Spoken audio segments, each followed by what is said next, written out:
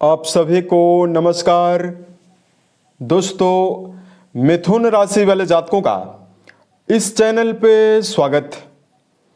इस वीडियो में हम आपको बताने वाले हैं मिथुन राशि वाले जातकों के लिए साल 2026 में 11 से लेकर 20 फरवरी तक का समय कैसा जाने वाला है। फरवरी महीने के इन 10 दिनों की समयावधि में राशि के ऊपर बनी हुई ग्रही अवस्था आपको क्या परिणाम देने वाली है। किन मामलों में मिथुन राशि वाले जातकों को कम प्रयासों में बड़ी उपलब्धि और बड़ी सफलता मिलने वाली है, वहीं कहां पर मिथुन राशि वाले जातकों को संभल कर काम करने की आवश्यकता भी जीवन में रहने वाली है। तो ये राशिफल मिथुन राशि वाले जातकों के लिए ही बनाया गया है और आपकी चंद्र राशि के ऊपर प्रभावी है, तो आप इसे इसी आधार पर देखें। इस राशिफल के माध्यम से मिथुन राशि वाले जातकों के जीवन से जुड़े हुए सभी पहलुओं के बारे में हम आपको जानकारी भी देने वाले हैं। जैसे मिथुन राशि का करियर और व्यापारिक जीवन, आर्थिक जीवन, पारिवारिक जीवन, प्रेम संबंध, स्वास्थ्य, एजुकेशन लाइफ और अंत में हम आपको धार्मिक उपायों के बारे में भी जानकारी देने वाले हैं, जिसको यदि आप जीवन में करते हैं तो आपको विशेष शुभता मिलने वाली है।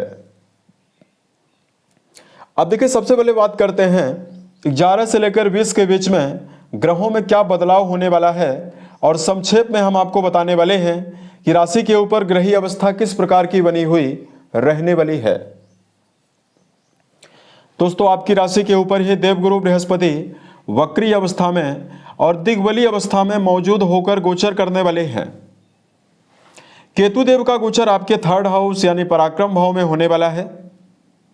मंगल देव आपके अष्टम भाव में उच्चस्थ अवस्था में विपरीत राजयोग के निर्माण के साथ साथ आपके अष्टम भाव में रहने वाले हैं।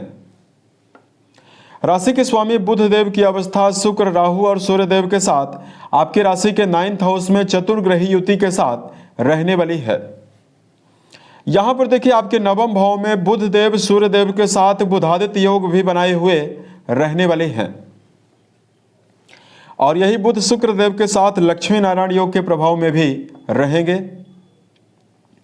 बुध राहु का जड़त्व दोष भी और सूर्य राहु का ग्रहण योग भी, यहां पर 2 राजयोग और 2 दुर्योग आपके राशि के 9वें भाव में बने हुए रहने वाले हैं। शनिदेव की अवस्था आपके राशि के 10वें भाव में यानी आपके कर्म भाव में बनी हुई रहने वाली है।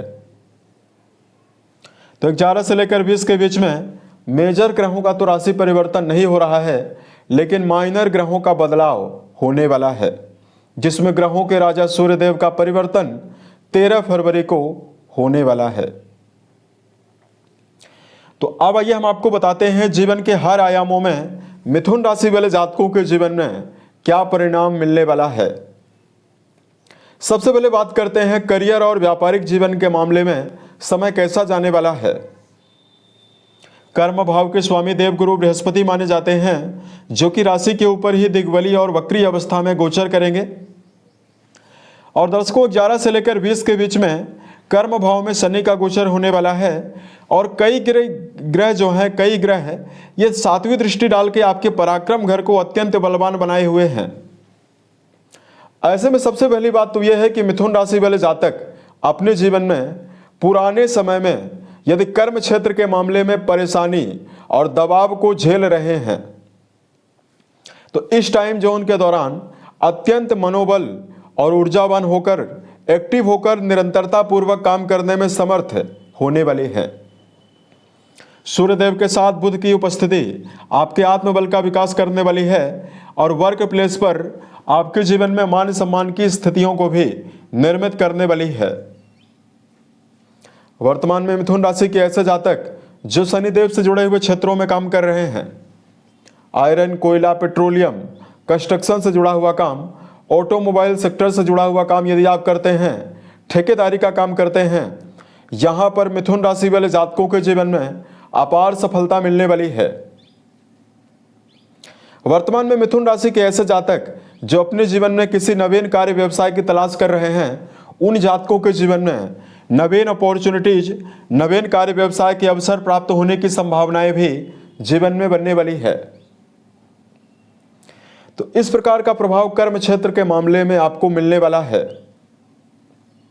अब देखिए बात करते हैं मिथुन राशि वाले जातकों के जीवन में आर्थिक मामलों में क्या परिणाम आपको मिलने वाला है।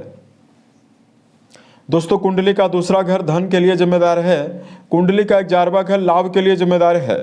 लाभ भाव के स्वामी सेनापति मंगल अष्टम घर में उच्चस्थ अवस्था में गोचर करने वाले हैं और ये विपरीत राजयोग में रहने वाले हैं। चौथी दृष्टि से ये लाभ भाव को भी देखने वाले हैं।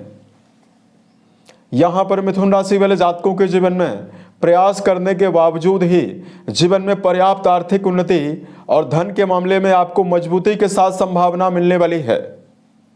मंगल देव का अष्टम भाव में होना खर्चों में वृद्धि तो आपको जरूर देने वाला है, लेकिन 11 से लेकर 20 के बीच में रुका हुआ धन यदि आप प्राप्त करना चाहते हैं, पैतृक संपत्ति को यदि आप अर्जित करना चाहते हैं, यहां पर मंगल देव आपको बेहतर परिणाम देने वाले हैं। वहीं देवगुरु बृहस्पति 7वीं दृष्टि के माध्यम से अपनी मूल त्रिकोण राशि और आपके सप्तम भाव को देखकर व्यापारी जातकों के जीवन में दैनिक आमदनी को बढ़ाने का प्रबल संभावना बनाए हुए रहने वाले हैं। राशि के स्वामी का शुक्र देव के साथ जो संबंध बना हुआ है, इसकी वजह से मिथुन राशि वाले जातकों के जीवन में भौतिकता की वृद्धि और भौतिक संसाधनों के लिए किए गए प्रयासों में शुभता भी आपको मिलने वाली है। उसके अलावा देखिए बात करते हैं आपके लिए पारिवारिक संदर्भ में क्या परिणाम आपको मिलने वाला है। दोस्तों, मिथुन राशि वाले जातकों की राशि का जो चौथा भाव है, लंबे समय से यह पीड़ित अवस्था में बना हुआ था, क्योंकि यहां पर मंगल देव के साथ बुध की मौजूदगी आपके अष्टम भाव पे लगातार बनी हुई थी। आपने पारिवारिक जीवन को लेकर पुराने समय में काफी ज्यादा अनिश्चितता और काफी परेशानियों को देखा है। यहां पर दो प्रकार की बेहतर संभावना पारिवारिक संदर्भ में आपको मिलने वाली है। सबसे पहले चतुर्थेश आपके नवम भाव में रहने वाले हैं, तो घर के बड़े सदस्यों के सहयोग की संभावना इस समयावधि में आपको मिलने वाली है। उसके अलावा मिथुन राशि वाले जातकों के जीवन में यहां पर आपको सामाजिक रूप से मान सम्मान के बढ़ोतरी की प्रबल संभावनाओं का योग भी आपके जीवन में बना हुआ रहने वाला है। तो पारिवारिक संदर्भ के मामले में रिश्तों को लेकर आपको इस समयावधि में बेहतर परिणाम ही मिलेगा। उसके अलावा देखिए बात करते हैं रिश्तों के मामले में प्रेम और वैवाहिक जीवन के संदर्भ में क्या परिणाम मिथुन राशि वाले जातकों को मिलने वाला है। दोस्तों, 5वें भाव से प्रेम, शिक्षा, संतान के बारे में विचार करते हैं।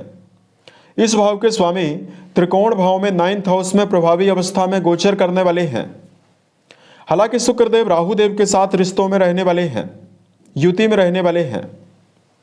ऐसे में रिश्तों के संदर्भ में इस बात का ध्यान आप जरूर रखकर चलें कि रिश्तों में यदि आप भावनात्मक जुड़ाव बनाकर चलते हैं तो संबंधों में, प्रेम जीवन में आपको विशेष शुभता मिलने वाली है। लंबे समय से शुक्रदेव की अशुभ अवस्था की वजह से रिश्तों में अगर आपको लगातार समस्या हो रही है तो प्रेम रिश्तों के मामले के लिए यह समय बेहतर रहने वाला है।